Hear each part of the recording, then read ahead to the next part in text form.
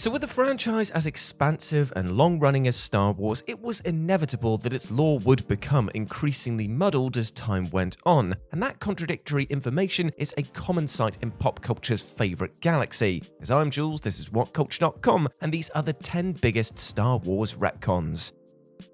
Number 10. Anakin's younger Force Ghost.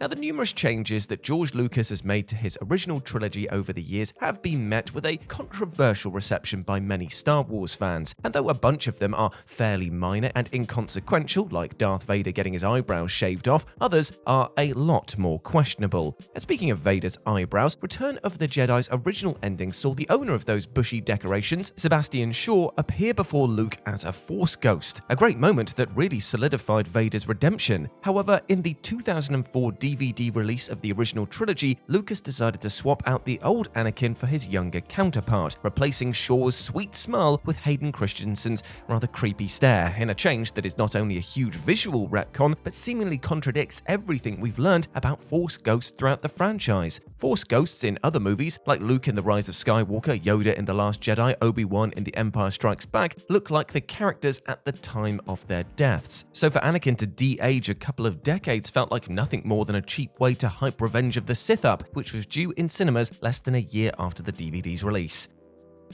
Number 9. The Age of the Republic.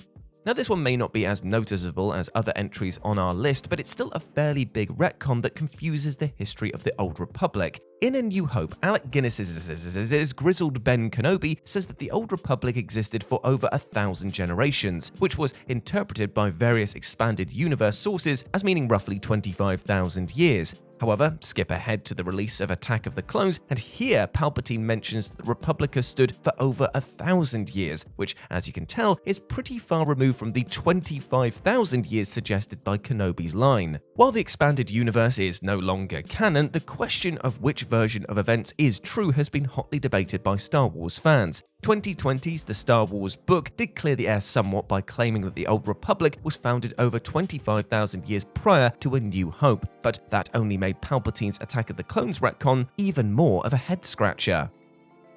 Number 8. Darth Maul's Resurrection. Now, as you might expect, not all retcons are bad. Some can actually shed new light on prior events, take a story in a more interesting direction, or, as is the case of Darth Maul's unlikely return to the land of the living, give fans far more time with a character that they loved. When George Lucas was crafting his grand return to the Star Wars universe in 1999's The Phantom Menace, this devilish character was intended to be killed off for good, something Lucas made very clear with the image of Maul's bisected body falling down one of those ridiculously long Star Wars shafts. However, after developing Maul's brother Savage Opress through the Clone Wars animated series, Lucas became much more interested in Maul, and feeling that he was rather underutilized in his sole movie appearance, decided to resurrect him. Series lead Dave Filoni responded to this idea by saying, "It's over, he's cut in half, how does that work?" Only for Lucas to bluntly reply, "I don't know, figure it out."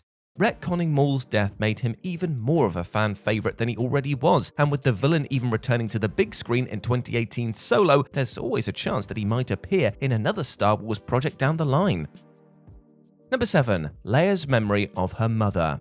Now, the prequels retroactively caused several problems with the original trilogy, with certain bits of information, like the fact that R2-D2 can apparently fly as seen in Attack of the Clones, which works against the events of Lucas's first 3 movies. And one of the most confusing of these revolves around Princess Leia's connection to her mother, Padme Amidala. In Return of the Jedi, Leia tells Luke that she remembers her real mother, proceeding to describe her as beautiful and kind, but sad, implying that she'd spent at least a little bit of time with her. However, in Revenge of the Sith, Padme dies immediately after giving birth, so how could Leia have spent any time with her at all? Though plenty of explanations for this have been bandied around for years, such as Leia's Force ability allowing her to sense Padme, the fact of the matter is that George Lucas didn't know Leia's mother was going to die in childbirth while writing Return of the Jedi, making Padme's untimely end a retcon of Leia's memories. Number 6. The origin of the Death Star's weakness. The fact that the Rebel Alliance was able to discover and exploit the Death Star's weakness in A New Hope always felt a little improbable, as did the fact that the Empire's planet-killing battle station had such a catastrophic defect in the first place. It obviously wasn't a plot hole or anything like that, but it just felt a wee bit too convenient. Not that the Rebels would care, with Luke's precisely aimed proton torpedoes granting them an unprecedented victory over a much stronger enemy. But in 2016's Rogue One, A Star Wars Story, this particular plot point received a most welcome retcon, with the revelation that the Death Star's weakness wasn't as random as it seemed and had actually been put there by its architect. Is this what George Lucas had planned all the way back in 1977? Certainly not. But as with MAUL'S resurrection, this is another example of a good retcon, since the idea of the weakness being planted by Mads Mikkelsen's conflicted engineer is a way more compelling one than it being just an unintentional design flaw. Number 5. Somehow Palpatine returned. Now, though The Last Jedi left audiences divided over the direction of Disney's Star Wars sequels, the revelation that Emperor Palpatine was set to return for The Rise of Skywalker was exciting for fans of all ages. But unfortunately though, the explanation for how Palp survived his death in Return of the Jedi was lazy at best, with Poe Dameron's line of "somehow Palpatine returned" serving as the movie's only attempt to fill in the blanks. Clearly, the writers found it difficult to come up with a decent explanation, and that's probably because Palpatine was never intended to return from the grave, despite what Kathleen Kennedy might tell you. George Lucas actually shot down the idea of a Palpatine return whilst making Episode 6, bluntly telling the actor, "No, he's dead." In addition, Colin Trevorrow, who was originally attached to direct The Rise of Skywalker, has said that bringing back Palpatine was something I never considered, meaning that the Sith Lord's comeback wasn't added until the new team decided to board the project in 2017. Retconning Palpatine's death then forced The Rise of Skywalker to retcon Snoke's entire character. In the first two movies, he was clearly meant to be someone new with a mysterious agenda of his own, not just a puppet that was grown in a jar. Number 4. Luke and Leia are siblings.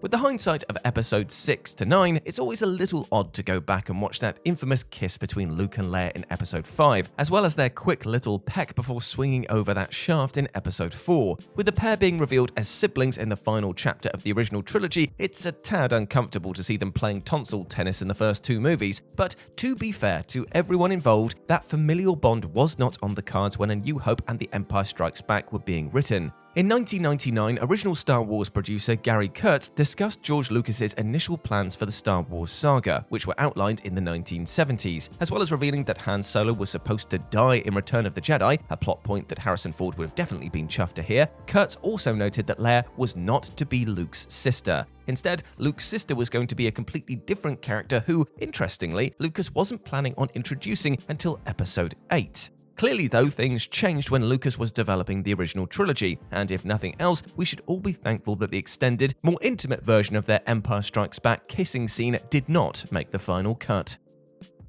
Number 3. Rey's parentage. The fact that the sequel trilogy didn't have a plan from the get-go meant that the movies didn't feel like a connected trilogy, rather that it felt that each entry was trying to make things up on the fly, which is exactly what happened. Along with those aforementioned Palpatine and Snoke retcons, this lack of planning was at its most evident with Rey's parentage, which was not only retconned between movies, but was also being changed while those movies were in the midst of production. The identity of her parents was one of the biggest questions coming out of The Force Awakens, but all was revealed in The Last Jedi, where we learned that they were just filthy junk traders who had sold her for drinking money. However, The Rise of Skywalker flipped this script by claiming that she was actually Palpatine's granddaughter, but according to Daisy Ridley, even that wasn't set in stone until they were deep into production. It came to episode 9 and JJ pitched me the film and was like, "Oh yeah, Palpatine is granddaddy." I was like, "Awesome," and then 2 weeks later he was like, "Oh, actually we're not sure," so it kept changing. Even as we were filming, I wasn't sure what the answer was going to be. The actress also claims that the filmmakers were toying with an Obi-Wan connection at one point as well, before ultimately settling on The Last Jedi's nobody angle and then changing their minds again whilst making The Rise of Skywalker. The entire sequel trilogy is about Rey and her journey of discovery, so the fact that Lucasfilm didn't have a plan for that journey is quite frankly ridiculous. Number 2. Han and Greedo's Shootout. Now, Harrison Ford might not give a damn about this, but the Han and Greedo who shot first debate has been one of the most contentious topics in the Star Wars fandom for the last several decades. Did you shoot Greedo first, or did Greedo shoot you first? I don't care. The episode 4 scene in which our iconic smuggler is confronted by the bounty hunter has been subject to countless changes and re-edits over the years, each of them only adding more confusion to the situation than the last. In the original cut of the film, Han blasts Greedo away before the alien has a chance to react, emphasizing the fact that Mr. Solo is quite the scoundrel and will do whatever it takes to survive. George Lucas, however, didn't want people to think that this lovable rogue was a cold-blooded killer, so he added a quick shot of Greedo firing first to justify Han's actions as being in self-defense. Now, while having Greedo shoot first might seem like a small retcon, many fans feel that it weakened Han's turn from anti-hero to galactic savior, and that Han shot first is the definitive version of this scene. The makers of Solo: A Star Wars Story agree with that sentiment as well, with the final confrontation between Han and Beckett being described as "there can be no question that Han shoots first" on the page. And number 1, Vader being Luke's father.